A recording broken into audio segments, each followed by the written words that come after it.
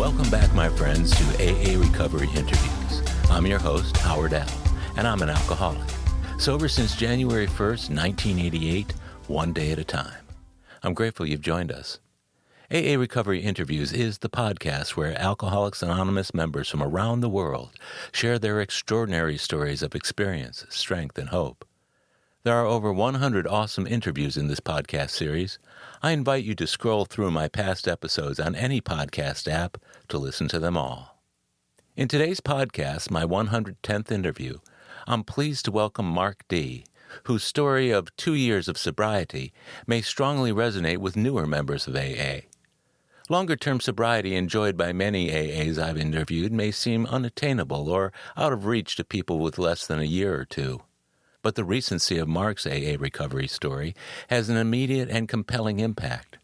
Raised by divorced parents, Mark's early life before alcohol reflected many of the same fears, self-doubts, and loneliness familiar to all too many of us. By his early and later teens, liquor became an antidote to his problems and opened up new vistas to life. From college on, alcohol loomed ever larger in his life. Complicated by concurrent food and work addictions, his toxic lifestyle morphed into more than a few miserable years. Mark had accomplished brief stints of sobriety and even attempted AA for a brief time. Yet his half-hearted attempts, predicated on wanting to please others, met with failure. His opportunities to drink and use Adderall were unleashed by owning his own company with no outside accountability to family or friends. Spiraling out of control towards rock bottom, Mark finally made the decision for himself to quit drinking. He crawled into AA in late 2020 and has been there ever since. Unlike his first forays in AA, Mark found a solid group of men who embraced him and helped him work his way into the middle of the herd. Working the steps with a sponsor, going to daily meetings, enlarging his spiritual life, and sponsoring other men have become Mark's recipe for success in the program. The model of AA sobriety he follows has worked undeniably and is available to all who seek it. So please enjoy today's episode of AA Recovery Interviews with my relatively new friend, but solid AA brother, Mark D. Hi, I'm Mark. I'm an alcoholic. Hi, Mark. So glad to have you on the AA Recovery Interviews podcast with me this evening. Hey, Howard. Good to be here and appreciate you allowing me to visit with you and get to know you. Well, we both shared a really great men's meeting tonight. We had probably 100 men in here, and it was just watching guys get birthday chips, and it was a meeting on prayer and meditation, and it was a very, very good meeting overall. So it's nice to be able to do this afterwards. I want to acknowledge you in a way that you may not expect, but a couple years ago when I first met you, and I had just started doing the podcast, you asked me, you said, I want to be on that podcast. What do I need to do to get on that podcast? And I think I remember saying something to you like, if you stay sober for 2 years, then you come and talk to me and then we'll do an interview. And so here we are. When was your 2-year anniversary? My official full-on sobriety date is December 9th. I hadn't had a pill since December 9th. I haven't had a drink of alcohol since November 13th of 2020. But my sobriety date that I celebrate is December 9th. Good. I'm glad that I didn't go out when I realized on December 9th that I wasn't sober, right? So December 9th was the last pill you had, and November was the last drink. Yeah, Friday the 13th, 2020. Well, you know what's interesting, Mark, is that a lot of times over the years I've heard guys with 2 different dates, like the date that they stopped drinking, the date that they stopped using drugs, pills, whatever, or the date that they stopped smoking grass, whatever it was. And over time, what'll happen is that'll get kind of tedious to tell that story, so you'll just come up with one date and leave the other one in the past. To me, it's a lot like when people say the andas, my name's Howard and I'm a alcoholic and an addict and a this and a that and the other thing. Years ago when I first came in, I used to identify myself as all the other andas. But alcoholism had consumed my life to such an extent that all of my other addictions were dragged into the room with me. I haven't done that in a long time. So my original sponsor hates that I have 2 dates, and he's after reminding me you're supposed to be patient, loving, and tolerant. But I really, truly am grateful, and it's the first step, right? Of powerless over alcohol. That whole second date is just screams to me that I was trying to manage my own life. Like, Yeah. and my biggest drug is more, and I didn't know how to, I wanted to control everything, and you can't. You got to let go. You were one of the Zoom babies, as they call them, the people who got sober with Zoom. But very shortly after that, you got with a group of men who met in a park over on the west side here, out in the air and 6 feet apart and masks and that kind of thing. And I probably saw you in a meeting but that was the first time I got to meet you in person. I thought about getting sober 4 months before Zoom, and I came in for a week. I didn't think I had a problem like y'all had a bunch of problems, and I didn't want what they had, and I had a time management issue. And so I just needed to be more organized and live by an agenda and a schedule. And I tried to look at the steps and real quick and tried to rush through them, and didn't want to have a sponsor. And someone said, "Don't think," right? It's like, don't tell a smart guy not to think. And it's just that obsession was there that I couldn't not be obsessed about something as simple as like, don't think, right? I went out and just did some more research. And that was for 4 months that you said? No, this was in 2019, and life got really bad. They gave you access to take stuff to go. So my favorite place was a Cajun restaurant. You get hurricanes by the milk jug, and I could just isolate and be by myself and try to do work, but be basically a non-functioning guy. I did that for that year, and life got bad on that Friday the 13th. Life was bad throughout, but it became unmanageable.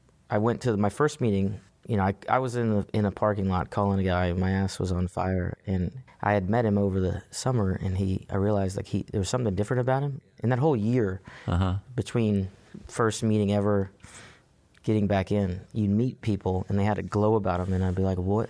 Are you a friend of Bill's?" He's one of the guys I caught to, and he's in the construction business, the roofing business like me, but he also has 36 years, and he was like, "Meet me at the club at 6:30," and I was like, I don't know if I have enough time. I'm sitting in a parking lot thinking about killing myself, trying to spend whatever money I have on whatever beer I can get. Like, I literally was like, I can make it there. And my truck drove from Kingwood to the club, and he's like, "Okay, now let's go to this Friday night speaker meeting." I showed up to him there, and I felt so good, and there were people there, and I was like, I ended up going to the meeting after the meeting at Denny's with two random people that one I know I think they're both still sober, and never saw them again in a meeting. I jumped in the herd, right? And then I did go to Zoom 3 days later. I did the Zoom, and I went to Technologies that you could find a meeting nearby, and I really want to be a part of it now. And then I just didn't know, right? But I went to the closest geographical place, and I drove to the church there, and no one was there. And so I got on the Zoom, and I got connected with Jack D and Brent F and a bunch of guys. They all gave me their numbers, but there's two guys that stayed on. One is both Jack and Brent, and one had to because he was moderating, and the other one wanted to because he wanted to help. And fortunately, I got their numbers, I took their numbers, and I used their numbers, and I called them. And 2 days later, my butt was on fire. I called Jack. I wore him out for about 20 minutes. He said, "Why don't you call someone else? Why don't you call Brent?" And I called Brent, and Brent said, "It's really special that we're here," because Brent was like, "Hey, there's a meeting. It's live." And Brent was a Zoomer pretty hard, but he was like, "There's a meeting. It's started back up live. It's at tonight. We usually go to dinner afterwards. I haven't been. I've just been doing the Zoom. I've been kind of moderating. So, if you want to meet for a meeting, we can go there." And I was like, so that was your first live meeting? That was my first live meeting, kind of in the herd that I'm a part of today, right? So the interesting thing about you when I first met you was when you said that deal about, "I don't have an alcohol or drug problem, I've got a scheduling problem." What were you not looking at with your alcohol and drug use that you attributed to the scheduling or the time management? At the time? Yeah. I put a lot, I realize, I have more worth than I ever did before, but I didn't have much self-worth then. But I put a lot of my self-worth, and not just a ton. I would say at one point I think I thought I put it all. I definitely didn't now, looking back. But I put a lot of my self-worth into how well my business was. And how I started my own business when I was in 2015. And I got to this point in my life where I thought the idea of killing myself was a better idea than maybe going bankrupt. And so I'm at a point today where I haven't gone bankrupt yet, and I haven't killed myself, thank God. And you're a participant, and you're trying to remain right in the middle of the herd, and that's the good news. Tell me about your childhood. So I was born and raised here in Houston, Texas. Grew up inside the loop. My parents divorced at a young age. I have a twin sister and an older brother. Mm-hmm. He's 4 years older, and I think she's 3 minutes older. But both of them were pretty competitive in sports, and I played sports, but I was always the hustle guy. Mm-hmm. And I want to be a part of the team guy, and I wasn't really that great at it. My parents divorced at 3. My dad moved out. My mom was a single mom with not a lot of time and 3 kids, and she was basically a chauffeur for my sister, because my sister was a competitive gymnast. She would go to practice at 5 or 6 in the morning, and she would leave school early, go to school late, leave school early, and practice till 9 or 10. My brother was like a typical dude, right? Once you find girls, you're gone. He was, didn't want any part of his little brother. And he was a little bit of a hellion, so he spent time out with my dad on the other side of town. I was kind of left to my own devices a lot. I lived on a dead-end street. My grandmother would pick me up and do stuff with me. I found that I probably had an addiction or something way back when. My grandma would put me on a shot clock or a limit, or when it comes to how many sodas I have in a day. Imagine that. A lot of guys in the room see me with my big Diet Coke that now I've transferred to hopefully water more often. But that started at a young age when she said I could only have one. The dishonesty part, my mom didn't have much money, but she had some. She wasn't around to hold me accountable, and my dad wasn't really around, so I'd steal silver dollars from my mom here or there, and I'd go down to the 7-Eleven when it first opened and get Slurpees, Taco Bell. So I would change the way I feel, with food and with stuff. And I realize that now. I didn't know it then, right? Well, how often did you see your father when you were living with your mother? I saw him a lot, right? But we did what he wanted to do when he wanted to do it, how he wanted to do it. And that's kind of the way I pattern my life too, right? I want to do what I want to do when I want to do it. He owned his own business. Mm-hmm. Me and him had a lot of fun when I saw him. He was kind of like Captain Good Times, although he was always tough on me, but great with everyone else. And I think that's normal probably for parents. But he was raised by an alcoholic father that I never met. He died a few years before I was born, probably from the disease, but who knows, because no one was there when it happened. There's some just things that my dad didn't do well, but what he did do well is he showed me that if you work hard, you can have a great life, and you can go have fun, right, and you can get attention from all different places, that healthy or unhealthy. And so we would go to Rockets games and eat crawfish and have a good time. We would go hunting. I hunted more and fished more with my dad, and he's probably my best friend, before I was 18 than most people would want to do in a lifetime. I got to a point, I saw my mom. We didn't let my mom date, right? We wouldn't. If someone, good or bad, whoever came around, we'd run them off, right? Definitely me. I don't know about my brother or sister, but I was not a big fan. I would not. And so, poor mom didn't have that. My dad got to date who he wanted to date, be in relationships, not necessarily be in the ones we wanted him to be in, but had what looks like a great life. And it's been a great life. I'm grateful for what he did, the best he could with what he could, and I'm grateful for what he did. But I got to go do all the hunting and the fishing and be his buddy. But other people would be like, he's doing a good job. He's pretty good at helping out and being a helper. And I never would get that from my old man, right? And I'd get to anticipate kind of what I need to do to help him. And then I got to this point where it's I see it now in all our relationships. I date women that are like my dad. Yeah. I seek their approval and validation, and people that aren't emotional. And it's frustrating, because why would I want to do that? But I see that I continue to do that. Let me ask you about the type of relationship it sounds like you had with your dad. Was kind of a buddy type relationship, and sometimes those relationships are great until you get to the part that requires some emotion, some expression of that emotion, some outward demonstrations of love and unconditional acceptance. How was that side of the relationship with your dad? Well, I always chose my dad, right, if I could. And so at one point, I thought about moving out to live with my dad. And my mom got evicted. And I used to say she didn't ask my dad for help, and my dad didn't just offer help. We had to move where I grew up. Yeah. We leave from home.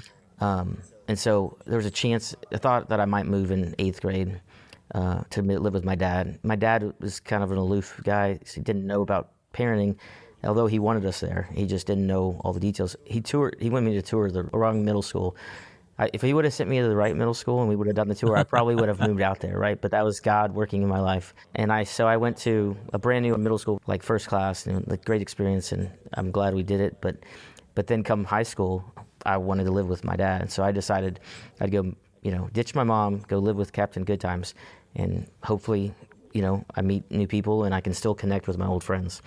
So I lived out there, and once I moved out there, he moved from being the fun dad that was always around, and we always, took me to dinner and spent time with me in good ways, to not being around because he had to work, not answering my beck and call as much as I'd like, and also being kind of an authority, on some things, and like being a dad with rules. And yeah, so I ran from that. So I went back. I moved back. I transferred high schools. I went to 3 high schools. So I went to one in his neighborhood, one where my mom was a teacher. I finally got transferred to where all my best friends were in high school, and I got to spend 2 years with them and be connected. And once I did that, still wanted to choose a dad. And I had a car, so I moved back out with my dad. And I just drove in every day to high school. And girls became a thing, and alcohol became a thing, and being with my buddies became a thing. And my dad,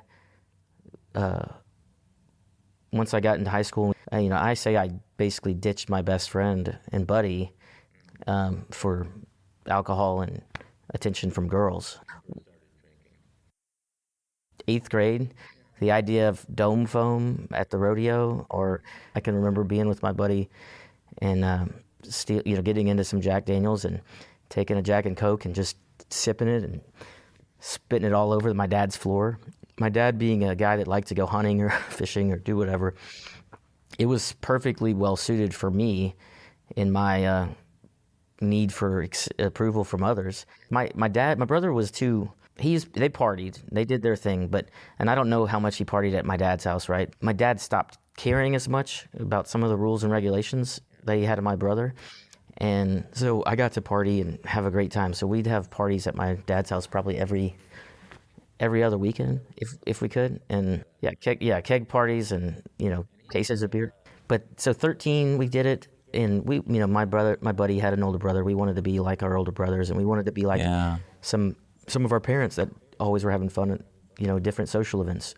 So was this a crowd that you hung with in high school, the crowd that drank? And so, yeah, these are kids I went to elementary school with to still some lifelong friends, and me having the freedom of like basically being another bachelor with my dad and some, it was either I'm a bachelor and I can do what I want, or he's going to have his thumb on me, right? But when I got to do what I wanted, it was great. So I went up to College Station, and I can remember partying with my older brother, as a 15-year-old was pretty cool. That is cool, being 15, going up to A&M and partying with the big boys, as you say. Yeah, I mean, I think I always wanted to do that. So was that an aspiration of yours somewhere along the way? Did you look at the lifestyle that your brother was having and what you saw in the college life? Did that become something that you aspired to be or to do? Oh, yeah. I mean, not just my brother, but my dad, too. I wanted to be like them. I wanted to be like some of my brother's friends. But my friends, like, I can remember, I grew up going to a church camp, accepting Christ, at a young age, and having an accountability partner, and having a herd as like a 6-year-old. And I still have that today. Actually, when I had one of my closest friends' fathers did something really great for me in early sobriety. Mm-hmm. And I'll never be able to make it right with it. But I am grateful for him for what he did. And I've always looked at him and his wife like my buddy would get so upset because I'd call him by their first name as a kid. Yeah. But they modeled what like a good relationship looked like, and like I was in a bad place, and I called him and I told him, and I was just getting used to talking to people and telling them about it. And he called me back later on that day with like a solution, and it was like the kindest, sweetest thing one of the things that anyone's ever offered me. And like I already don't feel good about myself often, and so when people are generous and considerate, like my heart just goes crazy. So I had a bad experience. Like I made a bad decision in seeking approval, right? At a church camp, and I was volunteering at the time an epilepsy camp. I made a bad decision. I pulled the same prank that my counselor pulled on me. You say you got a Mighty Mouse tattoo on your butt, and you moon your campers. I mooned my campers, and I got fired from that job, and I got let go from being a junior counselor at camp, which is where I grew up. I went there for 10 years, like 300, 400, 500 people on my Facebook are from that, and I'm grateful for these people, these connections, but they shaped my life. But I got rejected, right? And I got pushed out. So that night, my buddies, whenever I wasn't with the party, right, you always have that fear of missing out. What are they doing? Well, I never did weed. I never was a part of that. But that night, I drove back into town from not being able to beg for my position back. Sure. And so I drove back in from Livingston, and I went to a party, and someone was rolling a big, like American flag joint, not a doobie, but a blunt, whatever it was, and they were passing it around, and I was like, holy crap. So that was like when it happened. That was like 17, and it was, I wanted to change the way I feel. It was another case of the fuck it's, right? Like I just didn't, I'm not accepted here, so I'm going to go to a dark place. Now, did that kind of launch your use of marijuana? Weed wasn't the biggest thing, but I smoked weed alcoholically. Like I thought you can get more high, right? Which I don't think it's a different kind of high. It's a different kind of high. To me, I've always felt that smoking pot always made me sharper, and I was a lot sloppier when I was drinking, and that was probably pretty true. The thing about starting in high school is that oftentimes the booze is harder to get than the grass. When you have an older brother who has your older cousin's fake ID or real ID, I didn't have to have a fake ID. I did get a fake ID, and we all got it confiscated. But I had an older cousin, the real Captain Good Times. He coined that phrase, but he was my drinking buddy, workout buddy in college. But I had his ID, and then I had my brother's ID, and so I just used their ID, and it was current. Yeah, so you could get alcohol really anytime you wanted. But I didn't try.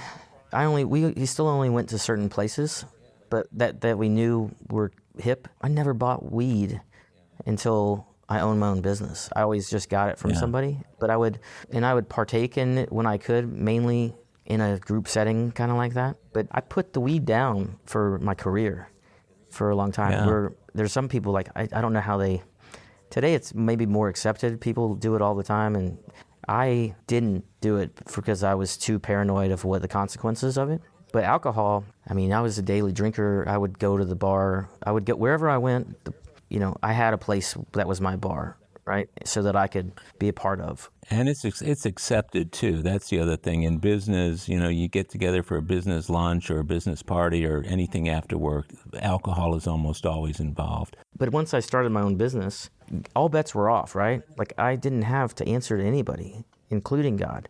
And so I didn't have to have a drug test, so I could smoke weed.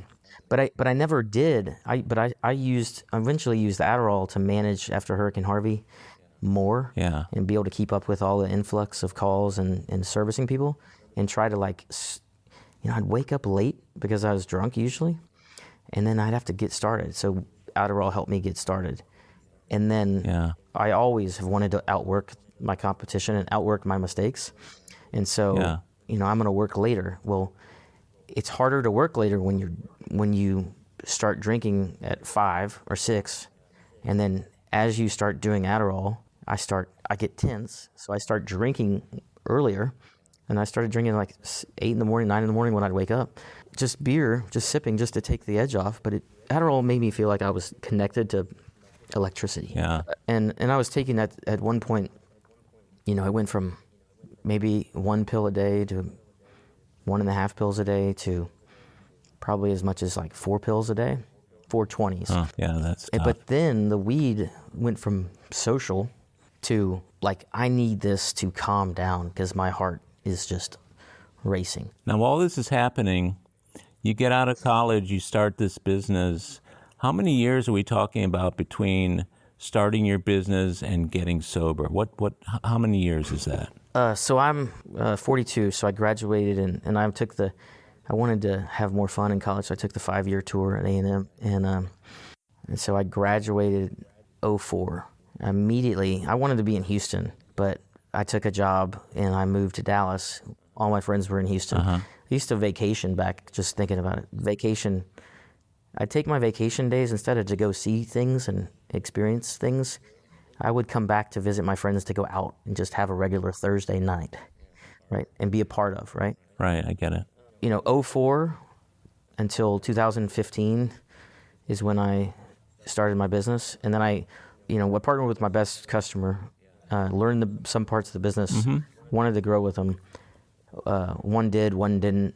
I was a part of the problem. I was a pain in the ass to deal with. Some would say still am. So it wasn't working out, so I went and learned solar instead of roofing. I went and learned the solar business, partnered with the guy, my brother's old neighbor, the guy we used to have a party with, and he was an old client of mine in the roofing business, and went to New Orleans, would drive to New Orleans on Mondays and come back on Fridays, so that I could still get the party in Houston. Even though New Orleans was fun, New Orleans is my favorite city on earth, but for some reason I wanted to be in Houston chasing Houston girls, not New Orleans girls. I brought solar to Texas for this company, had part ownership, was really invested and put my worth into this. Like, this is going to be great for roofing and for solar, and I have a part ownership, and I'm going to bust my butt and do this. The guy burned me on my ownership pretty early on, and I still stayed. Now, were you, at this point, you talk about coming back to Houston to party with your friends and everything else. Is this early in your business career? Was this a point at which that you were still just partying on weekends, or when did it become an everyday thing for you? Yeah, so for a long time it was, you just go harder on the weekends, right? It definitely became an everyday thing after 2015, when I basically became self-employed for minus the solar thing where I was W-2, but it became I was a daily drinker starting then. I would go drink, depending on where I would go drink every day, and I probably wouldn't get drunk every day, and I wouldn't go hard, but there were certain activities that would keep me from drinking. Looking back at that time from what you know now, Mark, at what point do you think you turned the corner from being a daily drinker to being a problem drinker / alcoholic? Probably became a daily drinker in college. And I almost failed out of college because of it. And then I got tight. I got focused. I lost weight then. I became a 4.0 student. Never was a 4.0 student in high school. So you stopped and then accomplished those things? So I cut back. I managed. But I had problems with friends and relationships. Like, I'd get drunk and I'd fight my buddies. I fought pretty much every one of my best friends. And I'd fight them all, but then I'm a lover too, right? So I immediately can try to make my mistakes right. That wore thin with some people. But I had an issue that I got into a big fight with a buddy of mine in the summer. But we fought, and I went 105 days after that sober. And I think someone gave me a copy of the Big Book. Was this kind of an early admission, at least for 105 days, that you had problems drinking? It was an early admission that my life would probably be better without alcohol. One of my friends today, he was like, "You were so nice to me after I started drinking again." He's like, "You were such a great guy to be with, but when you drink, I don't want to be anything to do with you. Like, I'm just maybe more sarcastic, right? Or I'm not a nice guy to be around, and I'm not a mean guy to be around. But I'm so much better living a life of sobriety versus that. I was drinking non-alcoholic beer and not having as much fun in college, being sober, but I was doing the right things and doing better in school, and life was getting good." We'll be right back. My friends, if you've enjoyed my AA Recovery interview series and my Big Book podcast, check out Lost Stories of the Big Book, 30 original stories from the first and second editions of Alcoholics Anonymous, missing from the third and fourth editions. It's an engaging audiobook that I narrated to bring these stories to life for AA members who have never seen them. These timeless testimonials were originally cut to make room for newer stories in the third and fourth editions. But their vitally important messages of hope are as meaningful today as when they were first published. Many listeners will hear these stories for the first time. Lost Stories of the Big Book is available on Audible, Amazon, and iTunes. It's also available as a Kindle book and in paperback from Amazon if you'd like to read along with the audio. You're gonna love it. And we're back. When you were drinking back in college, did you anticipate that you might have a future problem with it? Or did you see yourself stopping for a reason in the future, or did you feel pretty comfortable that you would be able to handle it whenever it came your way? I don't know that I cared to admit that I had a problem then, or that I didn't think I was going to put it away for good, right? But I was trying to. I read the book, but I never went to a meeting, and I talked to a friend who's not sober today, but I'm grateful that he introduced me to it. So you could do it in a self-help kind of way back then. I'm rationalizing why I can go have a drink, right? Well, there's nothing wrong with that.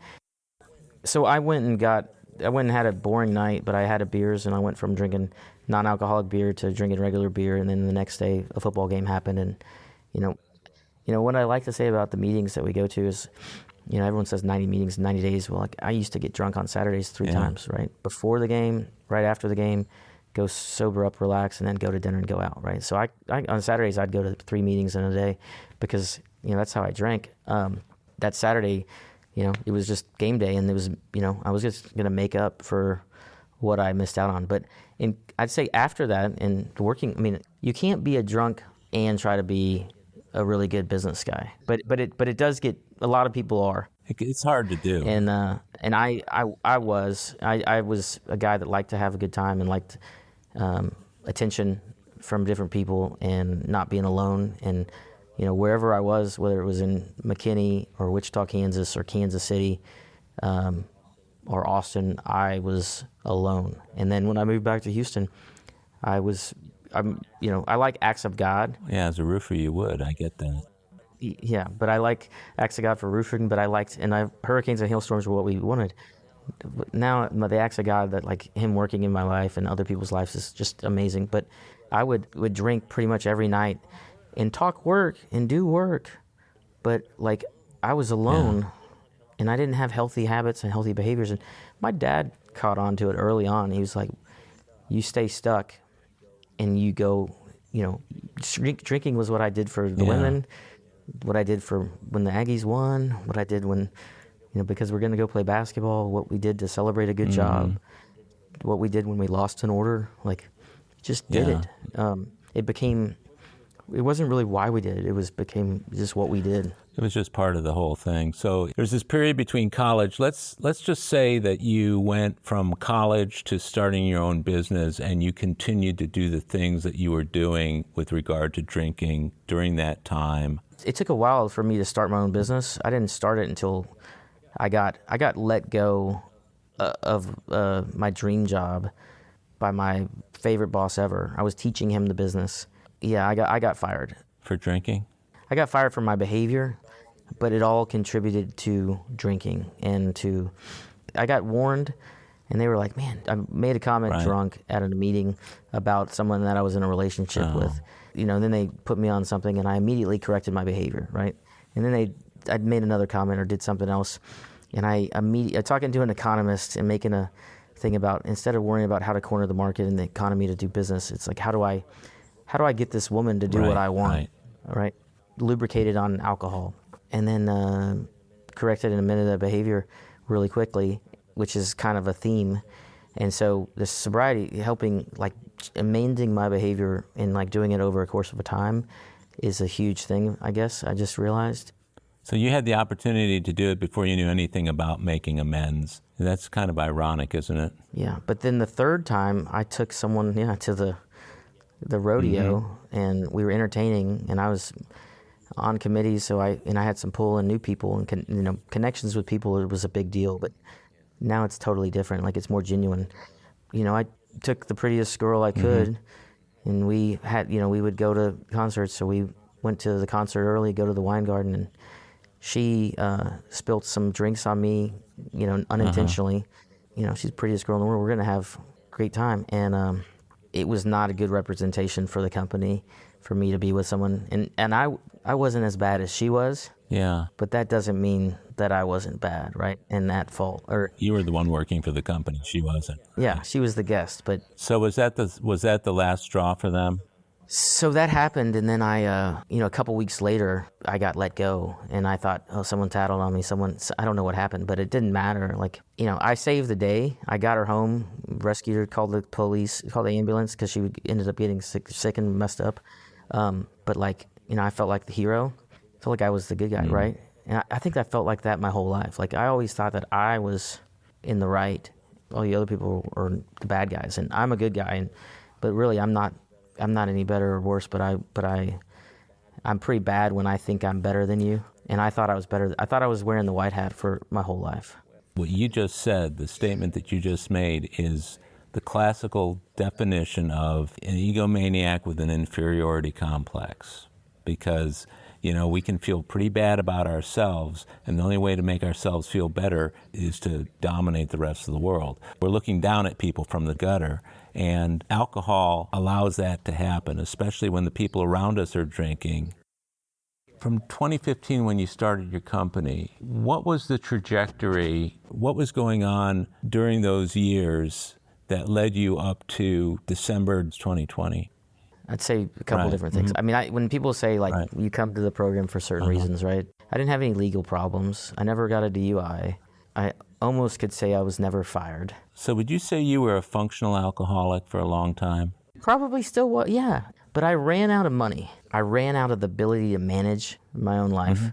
I had to surrender I still have the business, but I don't do much with it, right? I work with another partner besides God, right? And these guys show me God because they let me in, but I had to be. It was hard to I'm a workaholic, right?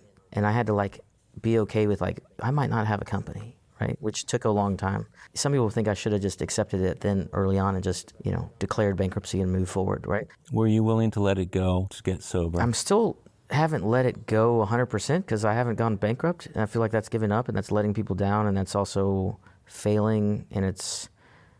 But I also care what people think, right? My dad particularly, the most. So you've let go with strings. Yeah. You've let go with just in case, it's like all else should fail, you'll still have your opportunity to pull that string and make things happen. There's a guy in the program that doesn't think, he's like, why would you want to sign your life over to the government for any amount of time if you file bankruptcy, right? Pain in the butt. And so I haven't done that. It's a big distraction too. What's that?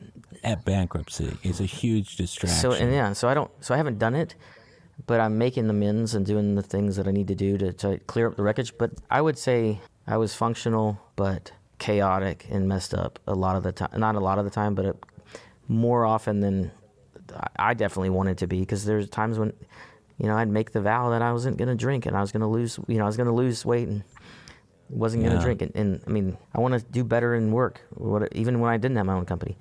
Well, one of the things, you got to maybe not drink so much, right?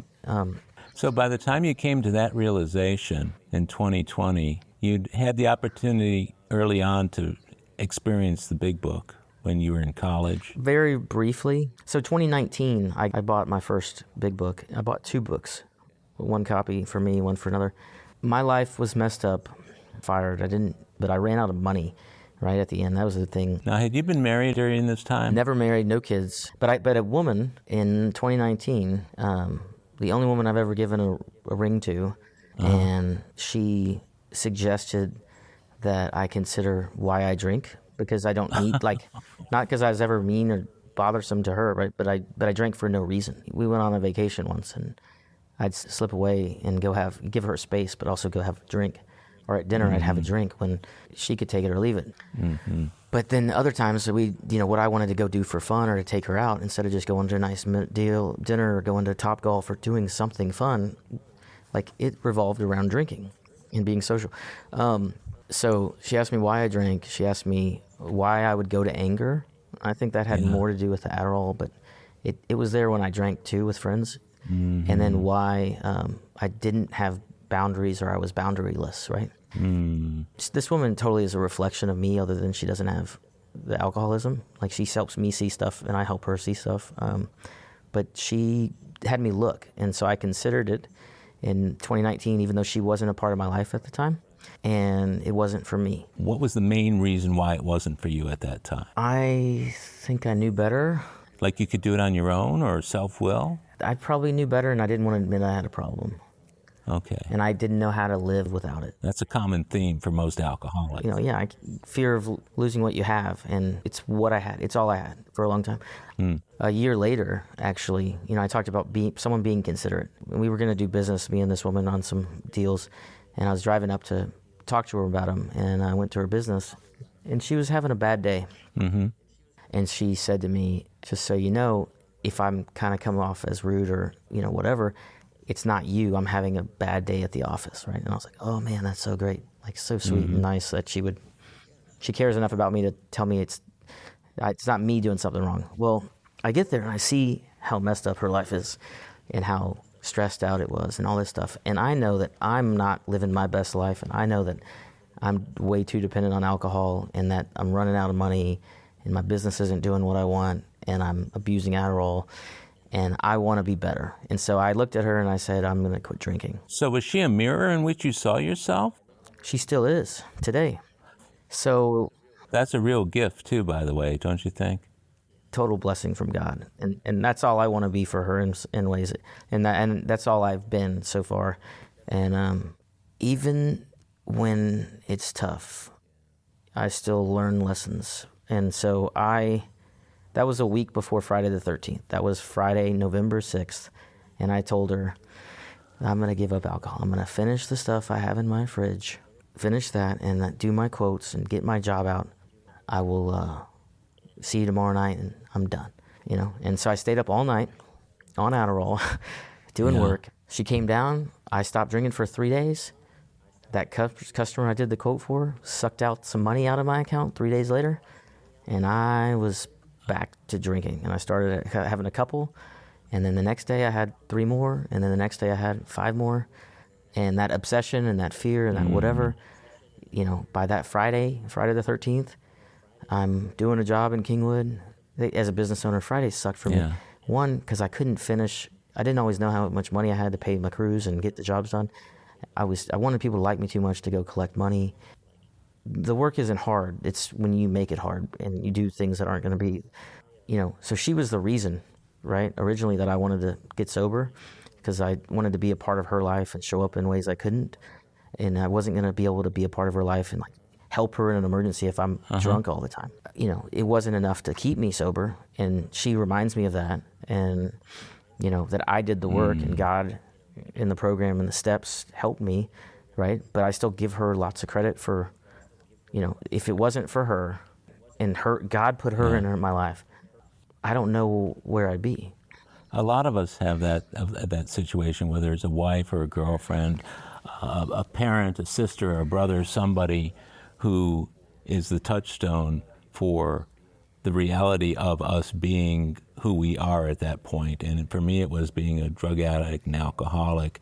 When my wife reminded me of my problem for the umpteenth time, and then finally said, I probably won't be here when you get back. And that was the defining moment for me. That's what tripped the lever for me. So it sounds to me like you had that happen When you stopped originally, though, when you said, I'm going to stop, and then you stopped, and then you started again, were you anticipating going to AA as part of that stoppage?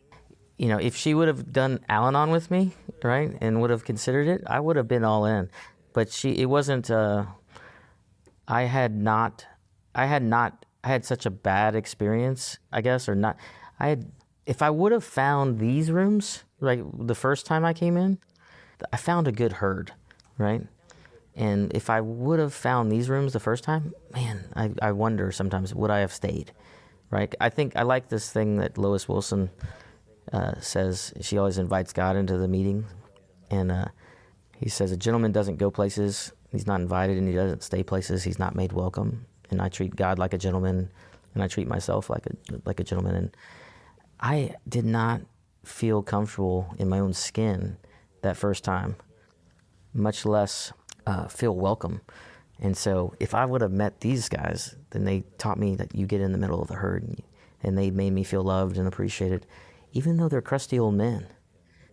And I don't say hi in meetings. I don't know how to, right? Because I'm around men we don't say hi between. Well, the meetings that you go to that's just the tradition that's emerged over the years. I know the meetings you're talking about. So it sounds to me like you had some kind of turning point between you wouldn't do it unless she would do it, or you wouldn't really get too serious about it unless she got involved. She had mentioned before, about it, like Al-Anon. She'd considered it. Someone suggested she'd consider it for her qualifier. I was not her qualifier at the time. But if I wanted to be her qualifier, by all means, I thought it would be neat, right, to have a teammate. And I've wanted a teammate in life to do life with forever, right? And I've never had it, so. It makes sense. I think it's not unusual, especially when you talk to some of the couples who came in around the same time who are sober today. Some of them, the conditions of them getting sober was for the other member of the couple to get sober. It's not an uncommon thing, but I think if I had waited for my wife to go into Al-Anon before I really got serious about AA, she was in and out of Al-Anon to the extent that she needed it or was enjoying it. And she's mostly not gone over the years, and we've been married 36 years. So you never can tell when somebody else's desire to do something that you're kind of attached to will make a difference. So I dated a woman in 2018 that, I care deeply about, and the one I asked if she wanted to basically consider not drinking, and she gave me the freedom to drink. And I didn't really drink that much when I was with her, right? Because she didn't like it. And I wanted her to like stuff. But, we go to dinner, I model what my dad does. Right before you close the bill, you get another drink, and you finish it, right? And because I don't want to go home and think I need another one, right? And I don't think, I know I don't have one at home, probably, depending on when I was dating her.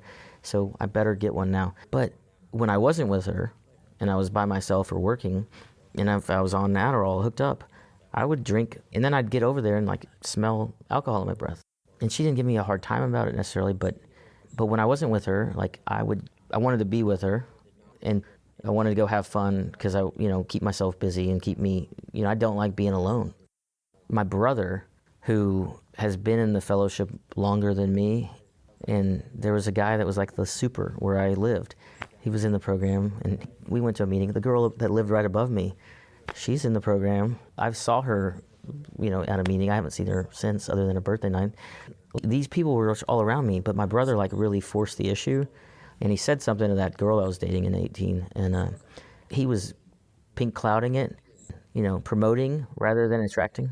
He wanted me to have the experience that he had, and he basically kind of didn't help the relationship that I was in, and I wasn't helping it myself because I wasn't being the guy that God needed me to be. I was being a needy guy that, wanted what he wanted.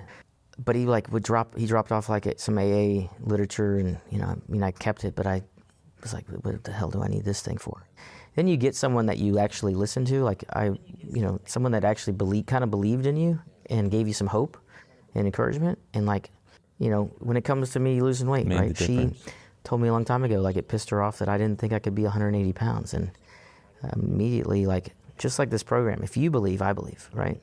The whole idea of maybe that I should get help or work on that, it was planted in my mind. And so then I looked around and I'd see all these people who could potentially provide me a solution, but I was too selfish to take it for a long time. And then at some point I decided, like, I want to be there for other people. I want to be there for someone, right, wrong, or indifferent. So that's your pathway into AA, and it sounds to me like the first meetings you went to were not your cup of tea, but once you hit the right combination of men and meetings, it made a big difference in the quality of your sobriety. Absolutely. Like being a part of, they do the meeting before the meeting, in the meeting after.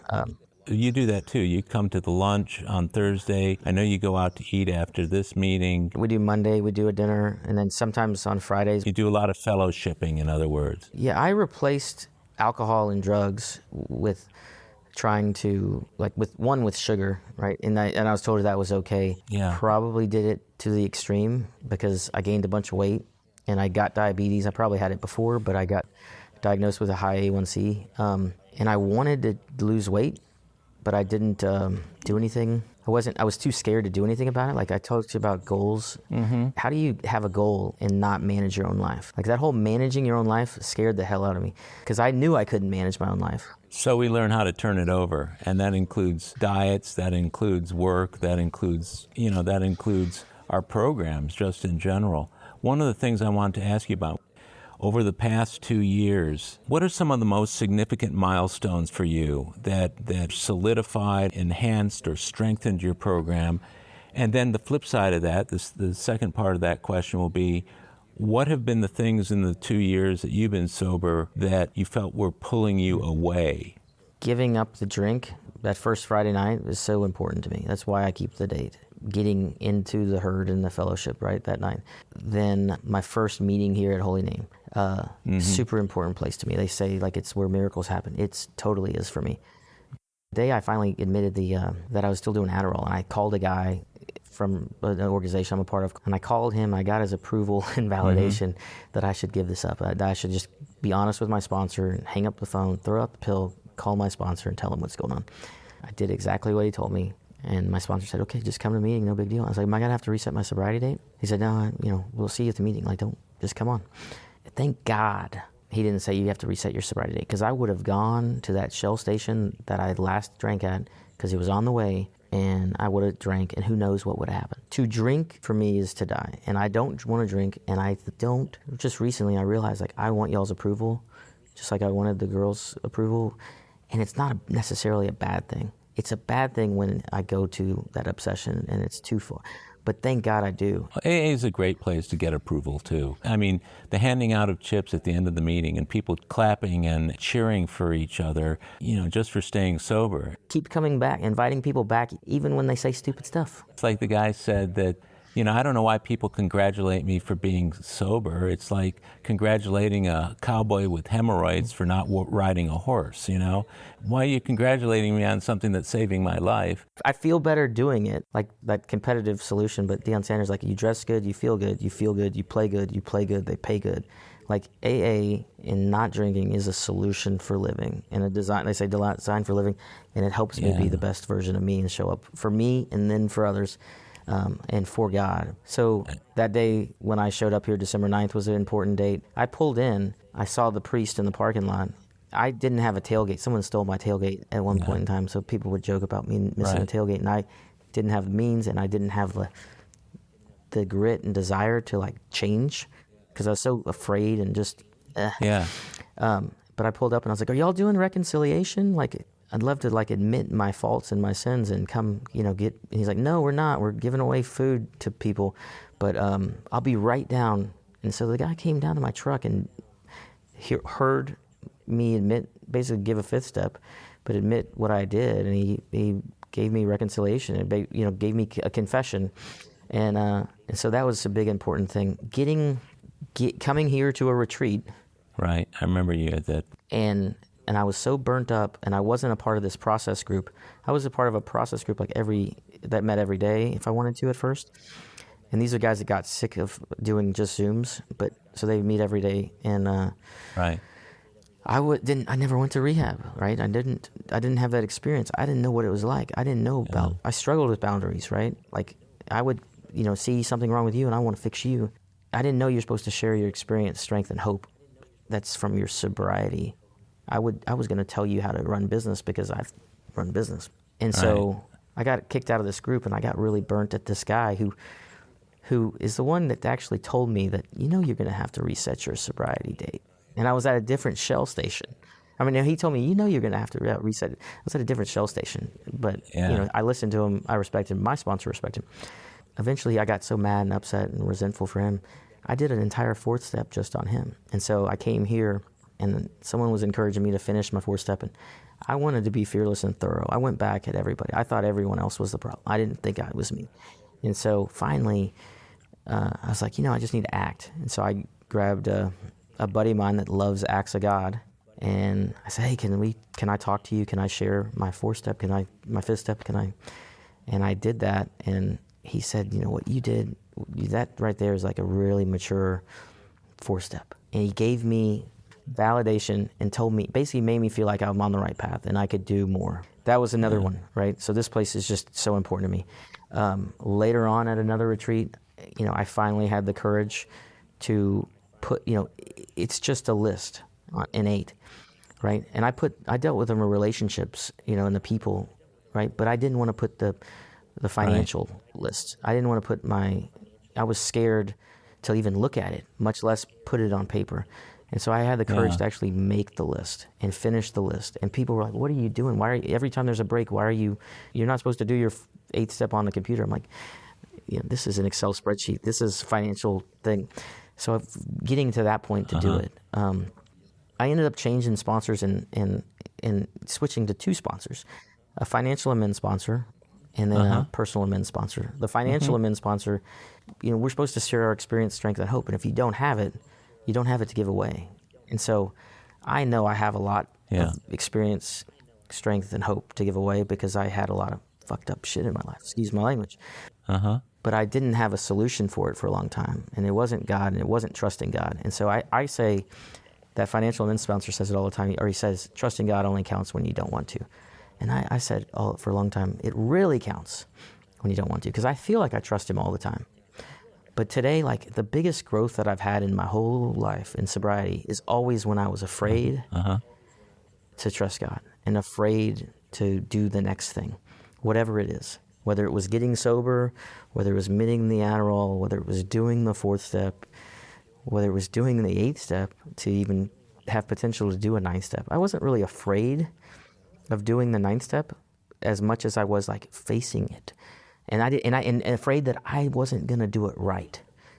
And the great thing is, Mark, is that I've had the opportunity to watch you grow in the program. The things that you just talked about are the sign of somebody who is maturing in the process of staying sober over time. It is the sign of the man who is standing in the middle of the herd, who knows that's where he needs to be. I've seen you reach out to other men. This is one of the rare privileges I get in interviewing people who I know and see in meetings, is I get to see you, how you're interacting. I mean, you can talk to me all day long about how you're doing things, but when I see you across the room saying hi to the newcomer, or when I see you sitting down and working with a sponsee, or talking, to men who I'm close to as one who is hungry for their wisdom and their experience, strength, and hope, that to me is the greatest validation of someone who's working a good program. Well, I appreciate that. I've not been working as well of a program recently as I could. My mechanics have waned in some regards, but today I'm on fire again.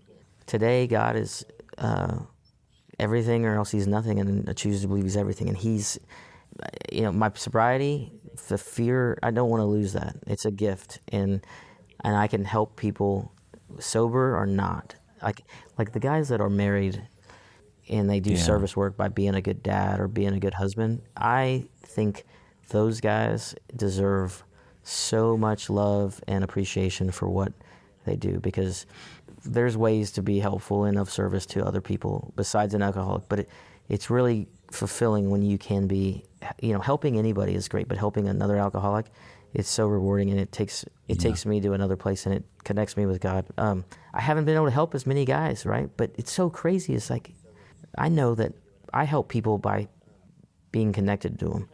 And they help me when I'm with, by being connected with them. And it's, you don't know, they say, you don't know who's pitching or catching. Like my financial amends sponsors now, it bleeds over into my other amends. And I'm about to work the steps with a new sponsor that's the mechanics of AA. To me, I want to grow. And growing, if I'm not growing, like I'm dying. And so, I don't think I'll ever be perfect. Like I feel like my life is really getting good. Yeah. Am I making it? And I used to say I'm recovered from a hopeless mind and body, right? I realized today, like this is where I get to that whole, like my program sucked for a little bit, and I wasn't doing the mechanics. I realized I can still be sober and still be hopeless, and I didn't feel that way. The past year was not. I felt pretty good for most of the year. Yeah, that's understandable, though. I mean, for as long as I've been sober and having to deal with clinical depression on top of being an alcoholic, there's been plenty of times where I'm grateful for you can be grateful, but acknowledge that you're feeling crummy, too. Yeah. So I always like to say that as long as I'm sober, I have the chance to work on other things. And I see you doing that as a man in the program. And what I'm going to suggest to you is once this is out, and one of the guys who I interviewed early on told me that at one point he was going through something where he wasn't going to enough meetings, he wasn't doing this, and you know what his sponsor told him? He said, go back and listen to that interview. Go back and listen to yourself and the things that you were saying that were so important, and get back to it. And he said when he went back and he listened, and it reminded him of what he was saying, 6 months earlier, whenever it was. So I'm going to invite you as you go forward with your program. And I know right now you're working a good program. Is it perfect? No. Is it progress? Yes. Can you feel grateful about being an alcoholic in sobriety? Absolutely. Can you also feel the human feelings that we all feel from time to time? We're spiritual beings having a human experience, and part of the human experience in my mind is to experience sadness, frustration, anger, worry, this and that, fully acknowledging the fact that I still have to do the things to stay sober on a daily basis. Mm-hmm. And if those things should help the other difficulties in my life, then God has done for me what I couldn't do for myself. So, in kind of wrapping up, I want to really thank you for doing this, and I look forward to you and I being brothers in sobriety. And as I tell all my guests, I love you, and I think you're making a terrific progress in a lot of different ways. I really appreciate it, Howard. I have so much respect for you, and thank you for being in my life and helping me stay sober. Thank you for doing this. Well, that's it for today's episode of AA Recovery Interviews. I want to thank my guest, Mark D., for sharing his story, and thank you for tuning in. If you enjoyed AA Recovery Interviews, will you please tell others how to listen to it? And please take a minute to give it a rating and review on Apple Podcasts. Those reviews will help others find it. Of course, you can listen to many more interviews in this podcast series by following it on Apple Podcasts, Google Podcasts, iHeartRadio, Spotify, Pandora, Stitcher, or other podcast providers. Or tell Siri, Google Assistant, or Alexa, play AA Recovery Interviews podcast. Or visit our website, aarecoveryinterviews.com, to hear every show, share your comments, and also contact us. If you want to email me directly, it's Howard at aarecoveryinterviews.com. By the way, this podcast strictly adheres to AA's 12 traditions and all General Service Office guidelines for safeguarding anonymity online. I pay all production costs, and no one receives financial gain from the show. AA Recovery Interviews and my guests do not speak for or represent AA at large. This podcast is simply my way of giving back to AA that which has been so freely given to me. The next episode of AA Recovery Interviews is on the way, so keep coming back. It'll be here soon.